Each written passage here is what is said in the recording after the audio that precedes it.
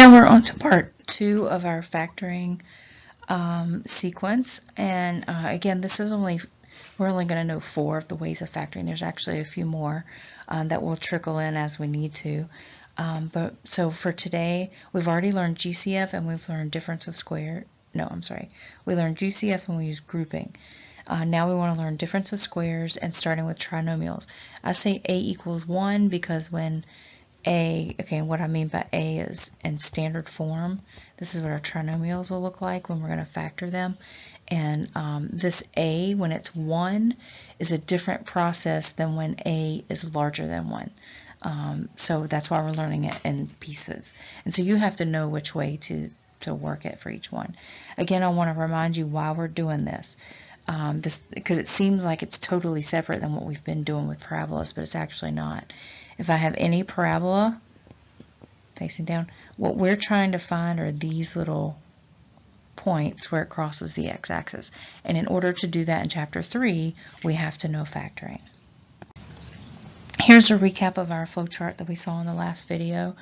We have already learned, hopefully successfully, GCF and grouping. Remember, grouping is when you have 4 terms. GCF is always the first question. All right, so let's see. So today we're going to learn a difference of squares. Difference of squares looks like this. You'd have a squared minus b squared. All right, we want to do, I'm sorry, where was I? I'm sorry, I just paused the video to talk to Jeff and now I forgot where it was. But the difference of squares looks like this. So you have 2 terms, makes sense. And it's a difference. Please keep that in mind. It has to be a difference. You'll see why in a little bit. And then these 2 terms have to be perfect squares. That's how you know it's a difference of squares. And then the other one we're going to learn, which I'll call tries of a equal 1 instead of the AC method. But that's when you have 3 terms. Again, it's a trinomial. And another way that I call this is backwards. I don't know how to do backwards full, because it's backwards of that process. All right, well, let's get started. All right, we're going to start here with 2 examples of difference of squares. We know it's a difference of squares because this word difference means it has to be a subtraction. So here's the first example. So if you see this subtraction in the middle, that tells me it's a difference of what? Of 2 squares. A squared is a perfect square. 36 is a perfect square. So when that happens, we already know, or we will know in just a minute, that our answer is going to be a plus 6 times a minus 6. Okay, now let's talk about why that works. Oh, goodness. We have my mother-in-law's dog, and he's a loud chihuahua. Okay, so let's do some foiling to work this out to see why it works. So a squared minus 6a plus 6a and minus 36. Okay, this is why difference of squares always works and why it has to be a difference. Because these 2 middle terms will always cancel out if they're the same. One's positive, one's negative. Well, the only way that's going to work is if this is a subtraction and these 2 numbers are perfect squares. So that's why this is a completely separate way of factoring called difference of squares, because they're easy to work. You just have to recognize it's a difference of squares. Okay, now in this second example, what happens is this one it looks like it might be a difference of squares, but it's not right now because 3 and 48 are not perfect squares. So remember, we want to go back to the first question, which is GCF. If you look at this, we do have a GCF. So we're going to take that out first. And we have 3 times x squared minus 16. This part is a difference of squares. So now we're going to solve x squared minus 16 into x plus 4, x minus 4. But we have to bring along that GCF that we took out. So this would be your final answer. And for new factorers, one of the mistakes that they make is when they take out this GCF, we'll drop it before the final answer. So just be careful with that. All right, so I'm going to quickly go through these answers 1 through 10. So you can just kind of watch and then pause the video and write them later if you feel like you need to, but you may get it and not I need to write them. Okay, so this, I see the difference of 2 squares, so I'm going to write this as x minus 1, x plus 1. It's basically what numbers will multiply together to give me 1. and what numbers multiply together to give me x squared, and one has to be positive, one has to be negative, so that this process over here works. Okay. All right, so over here I would have x minus 3 and x plus 3, because 3 times 3 is 9, and x times x is x squared. One's positive, one's negative. Now in number 3, we're going to start to work that, and we're going to say, oh, I think it's x minus 4, x plus 4. But then your teacher would say, wait, it's not, because it's not a difference of squares. It's a sum of squares, which there's no such thing as, because this will never happen with a sum.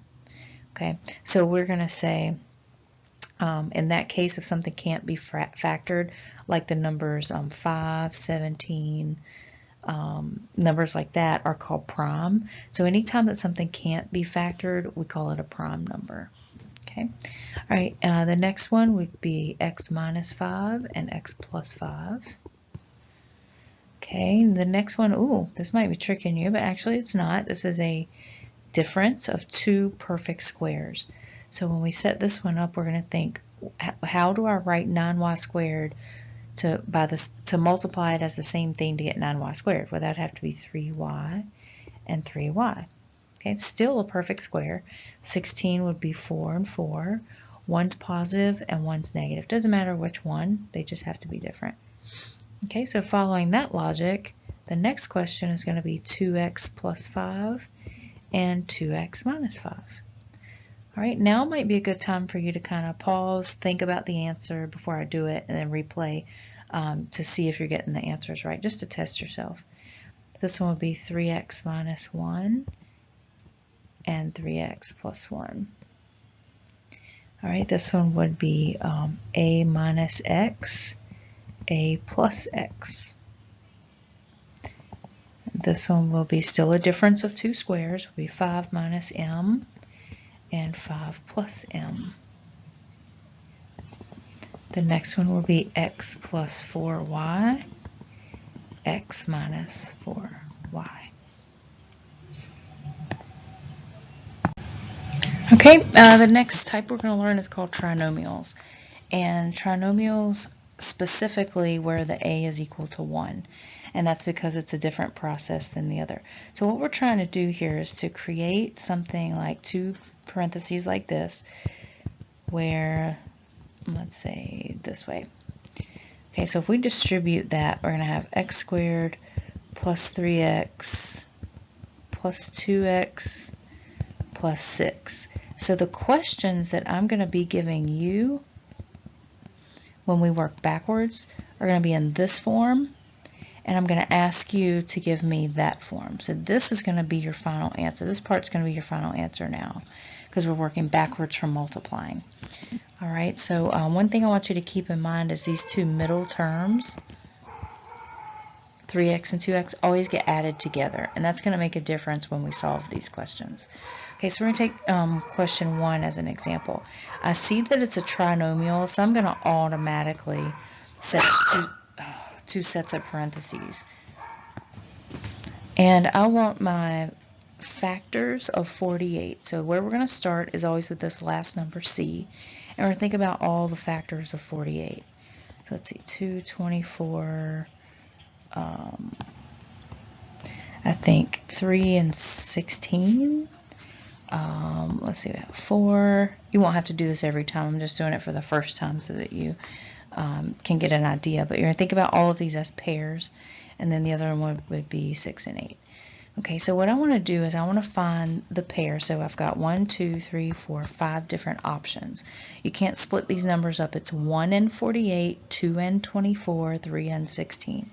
And basically we're trying to figure out which of these pairs will create this step that will give us that number in the middle.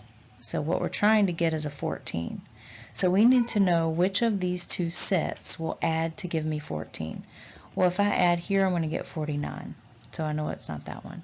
If I add here, I'm going to get 44. No, I'm sorry, I'm going to get 26. I can't add, sorry. Here I'm going to get 19. So I know it's not that one. Getting closer. This one's going to be 16. I know it's not that one. And here's where the 14 is. After a while, you'll be able to just grab the two that you need. Okay, you won't have to write them out. I'm just doing this for notes purposes. So I know that I'm going to use 6 and 8. So what I need to do is figure out now what the signs are going to be. So in order to get a positive 14, they're both going to stay positive. So positive 6 plus 8 is 14. So I'm going to put plus 8 plus 6. It really doesn't matter which is which. And then the first term, I'm going to use p squared broken up, which is p times p. So that's why this a equals 1 works for this one, and that's all you need to do. Now again, you can always check it by distributing. I would get p squared plus 8p plus 6p plus 48. If you add these together, you get 14p. So again, that's why it works, but this is your final answer. All right, let's try this next one.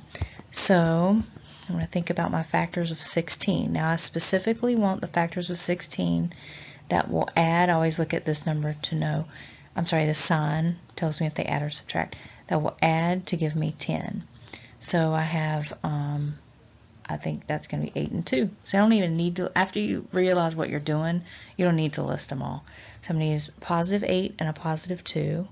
So this will be n plus 8 and n plus 2. Okay, and for the next one, I'm going to think I want factors of 40 that will add to give me 14. So that's going to be 4 and 10. So that's p plus 4 and p plus 10. Right, see how easy it is? And of course, I've been doing this for a long time, so you may want to take the time and actually check them through multiplication. All right, and here I'm going to have r and r. I know that from here. The 18, let's see, we could use, I think 3 and 6 would be a good one. So plus 3 and plus 6. All right, now the ones we just did probably seem really easy because they were all positives. So we're going to throw a little bit of a kink in there and give you some negatives and see if it's still just as easy for you. Okay, so we realize that's trinomial. We're going to act like we've already asked for a GCF, and there is not one. So we move on to the second step, which is tries, where a is equal to 1. All right, so I'm going to think, okay, my b squared, I know is going to be b and b. Now I'm going to take my factors of 15, and let's list them again so we know what we're looking for. Luckily, there's not too many. And what I want to find are the factors that are going to add. Remember I said this is your clue. They have to add to give me a negative 8 this time. So obviously it's not 1 and 15. So I'm going to say, okay, I want a negative 8 out of these two numbers. I have to add them to get a negative 8. So that means one of them has to be, I'm sorry, both of them has to be negative, because negative 3 plus negative 5 is negative 8. So that means I'm going to put minus 3 and minus 5. Okay, and it's pretty simple. Again, you can check it when you get really good at it. The way I double check myself, I don't look at the first and last terms. I just take the outside and the inside term. And as long as I'm getting this middle number, then I know I did it right. Because I know I'm breaking down 15 right, and I know I'm breaking down b squared right. Okay, so let's do the next one. So now we're going to have m and m. I want the factors of 63 that are going to add to give me negative 16. That's how you want to think about it. So let's see, we have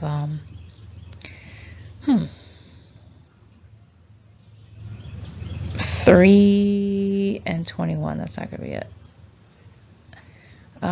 So let's see, 9 and 7. Oh yeah, there we go. So I know it's going to be 9 and 7 because they add to give me 16. And I want them to give me a negative 16, which means both of the numbers have to be negative. So I'm going to use negative 9 and negative 7. Therefore, my answer is m minus 9 times m minus 7. Okay, and that gives me negative 16, positive 63 when I multiply. Okay, all right, the next one, I'm going to use, I know it's a trinomial. Again, I've asked for a GCF. There's not one. And the factors of 60 I'm going to use, or 6 and 10.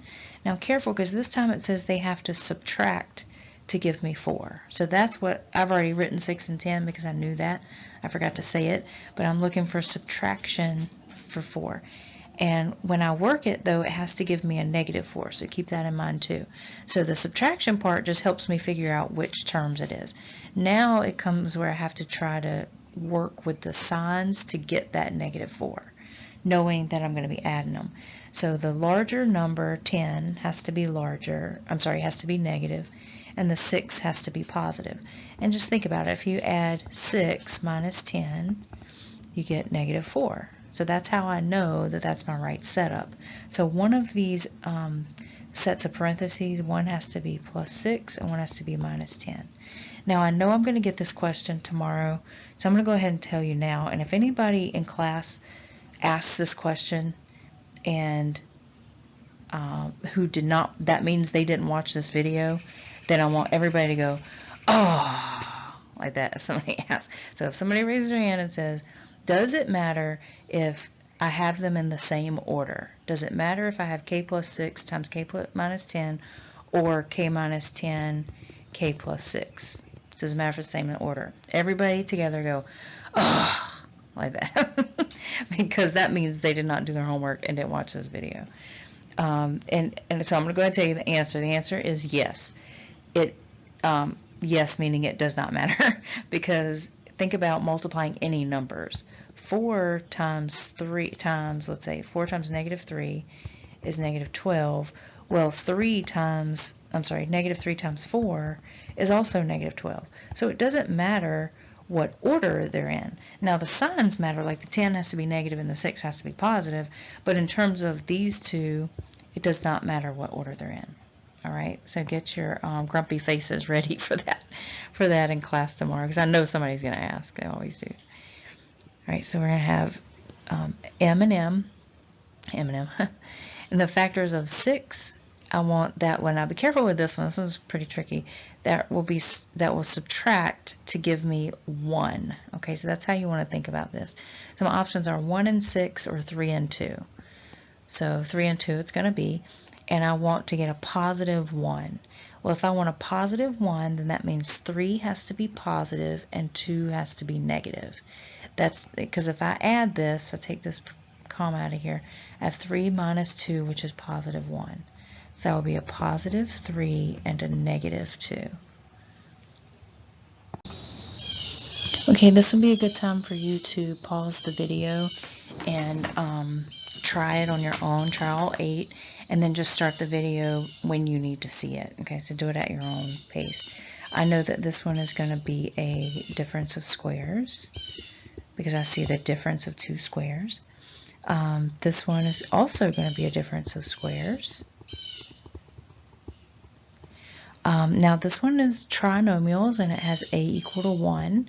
So I'm going to use that process we talked about before, where I find the factors of 3 that add to give me -4. That will be -3 and -1. Now, and this one's going to stop you for a second. It's going to take a little bit longer because you're going to think about all the factors of 20, 4 and 5, and then that's it. And so if I think about all of those, will any of them subtract to give me 2? When you are absolutely positive that you don't have an answer for it, that's when we're going to call that prime. Okay? All right, the next one is going to be a difference of squares. This will be 3x minus 4, 3x plus 4. We got a large number here, 72. So I'm going to have to pause the video for a second and figure out my numbers. Okay, so I'm using 4 and 18. I want to add to get a -22, so I need a -4 and a -18. And number 7, I'm going to take out a greatest common factor first. Remember, that's always the first question. Take out 3, I'm left with x squared minus 9 y cubed. Okay, now at first glance, you might think that this is a difference of squares. It is a difference, that's true, and this is a perfect square. 9 is a perfect square, but y cubed is not. So that's what tells me I'm done. This is the factoring for that question. I can't do any more. Okay. All right, the next question, I need to take out a GCF again. That's always the first question. So when I do that, I'm left with this, and then the last. Now that I've taken out the GCF, this is a trinomial where a is equal to 1. So I have x and x. My factors of 25 that add to give me 10 are going to be 5 and 5. I need to get a negative 10, so they both have to be negative. This would actually be your final answer. Again, make sure when you take the GCF out first that it follows you to the final answer. Okay, bring me questions tomorrow in class. Thank you for listening.